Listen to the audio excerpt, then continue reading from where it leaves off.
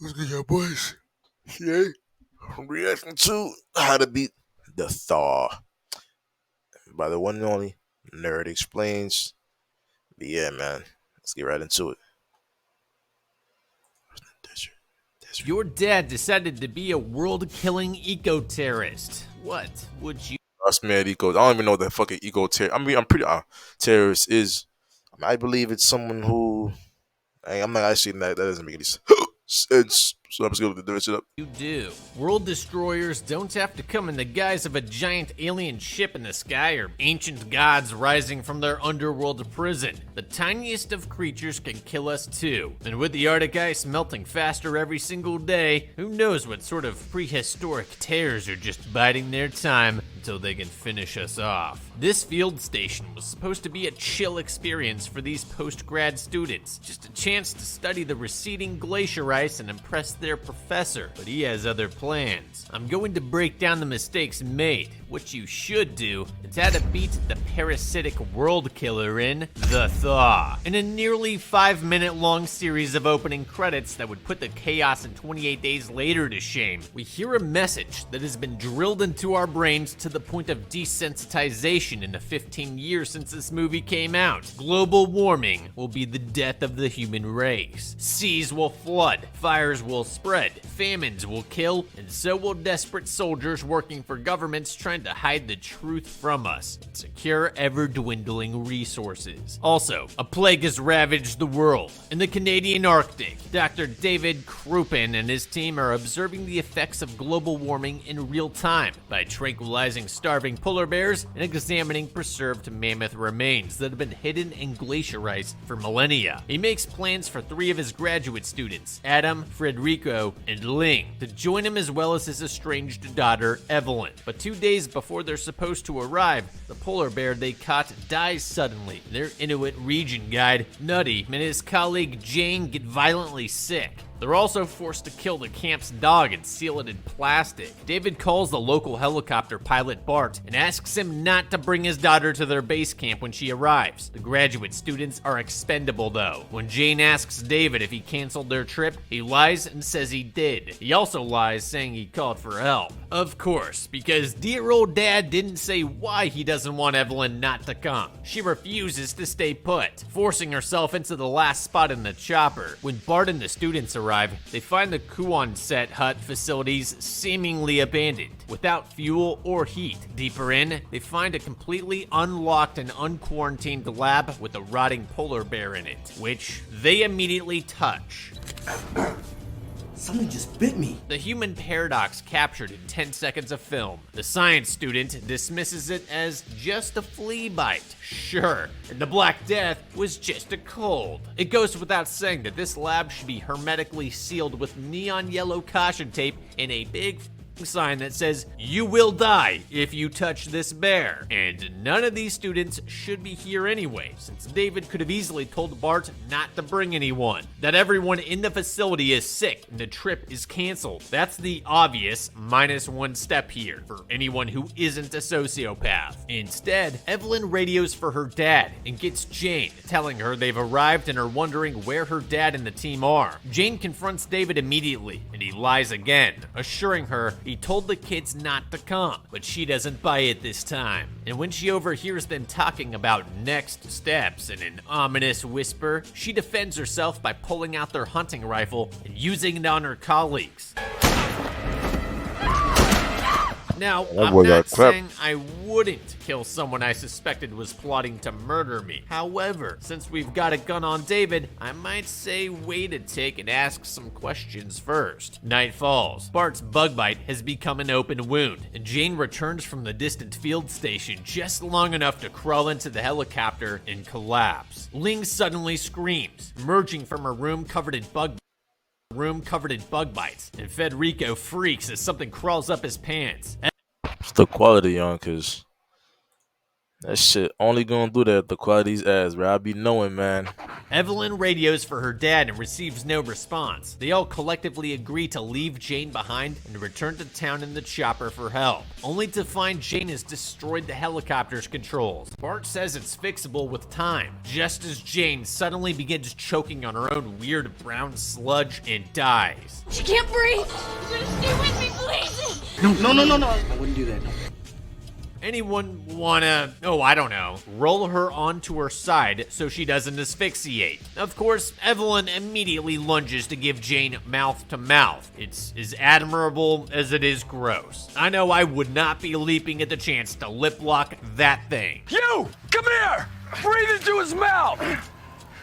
College student Federico tells them they need to seal off the room to prevent the spread of Jane's illness. And I can't help but wondering why the PhD scientist running this camp never did the same thing for the plague bear. Sealing this room wouldn't be all that difficult with basic supplies. Plastic along the edges of all windows and doors, taped then weighed down just to make sure. Not only does creating this seal help mitigate spread to some extent, it also basically creates a terrarium where you can watch the progress of the species while waiting for the CDC to show up. For all we know, this thing has the 24-hour lifespan of a mayfly, which is important information to know when calculating incubation periods. Now, we never see Evelyn wash her hands after wiping brown gunge off Jane, so I'm just gonna assume every time she touches her face from now on, she's giving herself an apocalyptic Dirty Sanchez. She and Adam immediately speed off in the ATV to search for David. They reach the field station and discover the woolly mammoth carcass is riddled with what they think are still viable bug eggs that are thawing as the summer temps thaw their host. They discover Edward's body, then find a fresh grave. Adam pulls Evelyn away before she can dig up the body, leaving her to assume it belongs to David. Back at camp, things take a turn for the worse. Bart starts fixing the chopper and discovers his bug bite has developed herpes. Of course, he doesn't tell anyone, because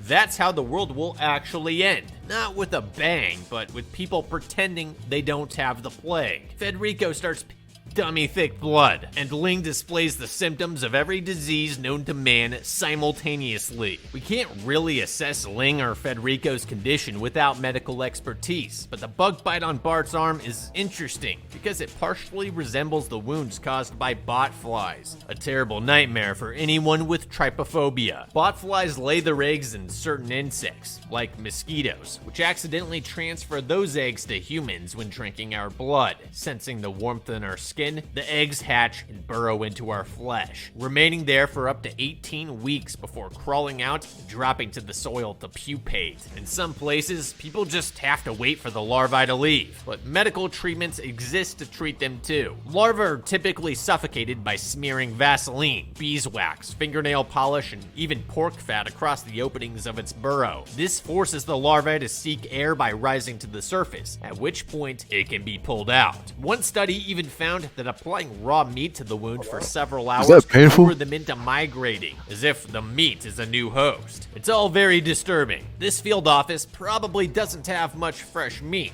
although maybe it does. What it definitely has is some sort of thick, viscous substance they could use to wrap across this wound. In a pinch, even oil from the chopper would deplete the oxygen fast enough to kill off anything living in the wound. Or simply fill a bucket with water and submerge the wound for hours, depleting the oxygen that way. Either way, you want to do this before the animals start carving tunnels through your flesh. Evelyn and Adam arrive back to find Ling a brick in the bathroom, caked in so many bug bites and sweat that she looks like she took a medieval assignment too literally. Evelyn tells them they need to examine Jane and discover eggs growing and hatching in her body. Evelyn then tells the others that Jane has become a breeding ground. She no longer looks, bro. Are y'all even looking for real? Shorty doesn't even look. Shorty looks dead, bro. If you've ever seen a dead body before, bro, you know what I'm talking about. But Shorty looks dead, bro. I mean, yeah, because no color. I don't even know if she's responsive. Like, nah, man. Nah, man. Nah, man. Prehistoric, parasitic, disease-spreading bugs. So, of course, once they wrap Jane's body in sheet and move her to the lab, Evelyn immediately touches the plague bear with ungloved hands. God. Federico enters, telling them he's called a rescue chopper that'll reach them in a few hours, but Evelyn says they can't leave. She tells them they have to call off the chopper and call the CDC, that they'll need to be quarantined until the risk of spread is neutralized. Federico doesn't like this idea. When she runs for the radio room, he picks up the gun, kicks the door open, and destroys it. Then he declares himself in charge, and that they'll be leaving when the chopper arrives. And his timing is impeccable, as Ling staggers into view and begins her exorcist reenactment. She's infected. They 1% effort, seal her in a room, only to get called back to the lab, where they see Jane's body squirming with parasites. Bart heads to the kitchen for a knife and decides his only chance is to remove the bugs from his arm before they can spread. At first, he tries slicing, but stops when he sees a bug digging around in his flesh like a mole in dirt. So he grabs a butcher's cleaver to lop the whole thing off, without a tourniquet. Yo, buddy. Brother, man. Son, this is gonna hurt like a bitch, bro. You're wide awake. No anesthesia. No anesthetics. No clean, nothing, nigga. Like, I ain't gonna lie, my boy. It's not looking too pretty for you. In about 0.5 milliseconds, you're gonna drop to the ground and die. And be my friend, where your little friend Jane is at. Nigga, it's over. I'm Anything sorry, to bro. cauterize the wound or pain meds. Evelyn convinces Cauterization is not even this like promise, bro. You can still die, especially if you're cutting off a limb. Man, yeah, man. Actually, I don't even know, but I believe I was told cauterization isn't necessarily promised. I said. him to let them prep for battlefield surgery at least, and finds morphine in a first aid kit. They tie a tourniquet with what I hope isn't gauze and sterilize the edge of the blade. They're about to hack away at his arm when Federico discovers his manhood's turning gooey and raises the gun at them.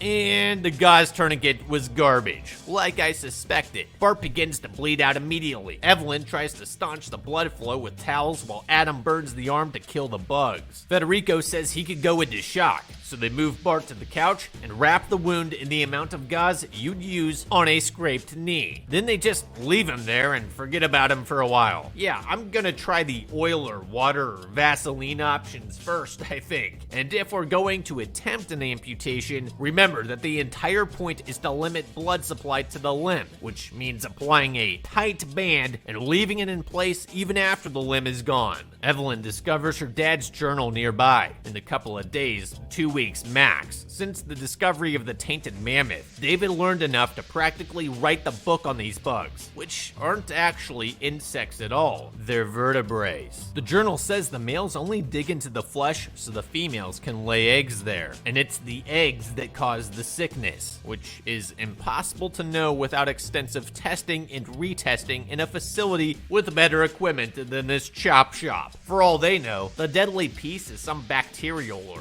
viral strain, or the actual organism that sickens humans needs to use these creatures as carriers to infect us. Evelyn Boys don't got no gloves. I'm seeing everybody like I'm really peeping in now. Everyone's touching shit with their bare hands. rigs the type of PPE you'd wear going skiing during the Canadian springtime. She arms herself with a makeshift flamethrower and enters the lab to kinda just wander around for 20 seconds. She pulls back the sheet on Jane to discover the bugs have skeletonized her and are doing the same to the bear. Evelyn escapes the rooms as the bugs go into attack mode, and she's saved by Adam half a second from disaster when one of the bugs reaches her skin. Get it out! Then, Federico makes her strip bare so Adam can check her out more. I mean, with that world-class PPE you devised, I don't see how they could have ever breached it. A few minutes later, the rest of the parasites eat their way through the bear, turning the lab into a hive of disease. They turn Ling into a walking buffet next, and Federico, in all his panicked wisdom, shoots her when she threatens to reveal that he's infested too. Have them too! Which only Okay, so you just open the window to this. All right, bro. Yo, y'all boys got to kill Enrique or whatever the fuck his name is. He's infected. 1, 2. You just kill her. And you think them boys just not just aren't gonna? I mean, she's already a goner, but you just think them boys just are just aren't gonna say something? Like, come on, bro. Unleashes the bugs fully into the facility. Also, they discover Bart's impromptu amputation did jack all. Bart does the thing everyone should have done 5 million minutes ago and clocks Federico across the face. He then accepts his fate, dosing himself and Ling with a lethal amount of morphine, while Evelyn and Adam run away. But because none of these idiots grabbed Federico's weapon while he was down, he follows them outside, prepared to kill them to keep his contagion hidden and secure his spot on the rescue chopper. Soon as the helicopter. But he's correct though. It's niggas like this, bro. The ones who don't tell people that they're sick and etc. The ones who have the disease and etc. So that's completely in my form looking crazy, bitch. Bye bye. But anyway, what's so cover though? Like, it's people, it's ones like this, man. These are essentially one of the true threats to humanity, man.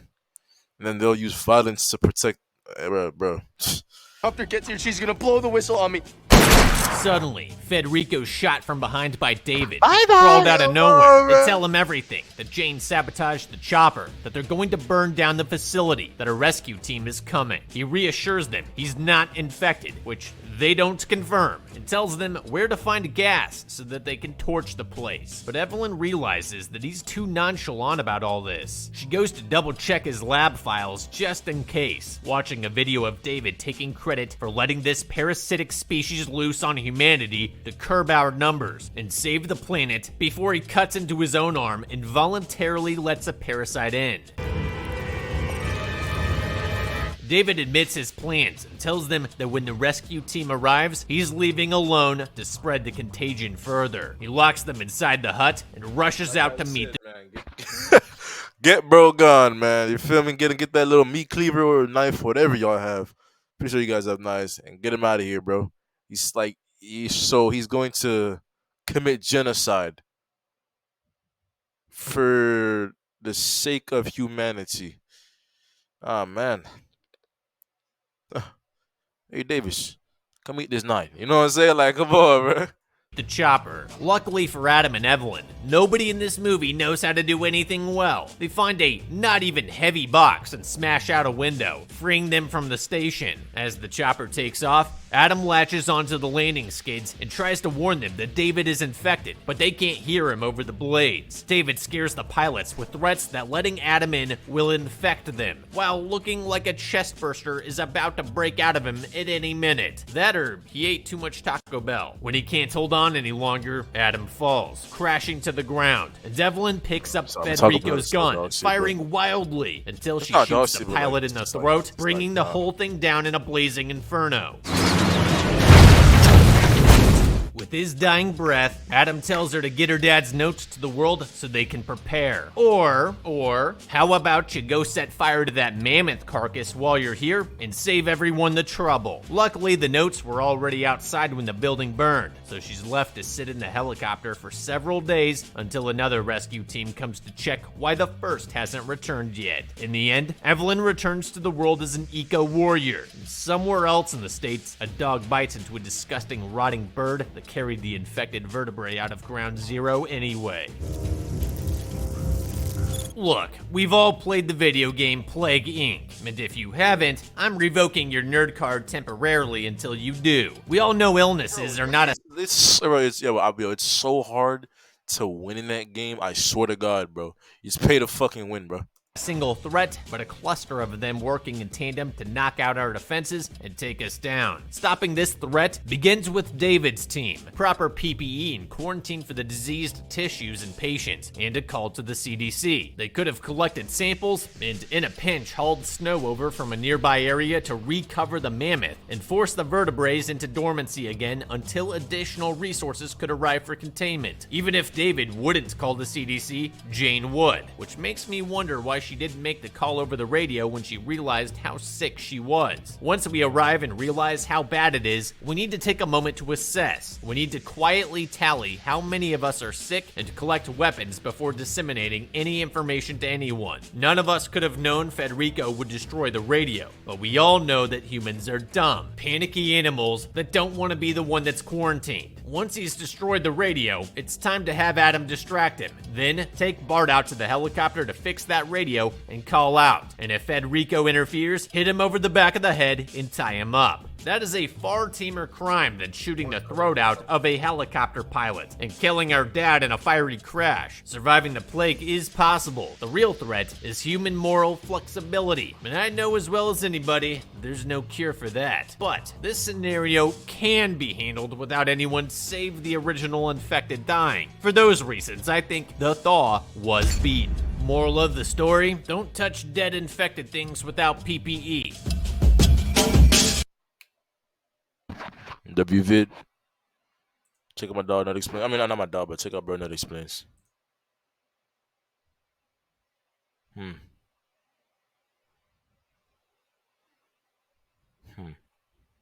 If you think really deep about it, kind of shows like future premonitions. This is a little conspiracy. I hate that I even said that shit.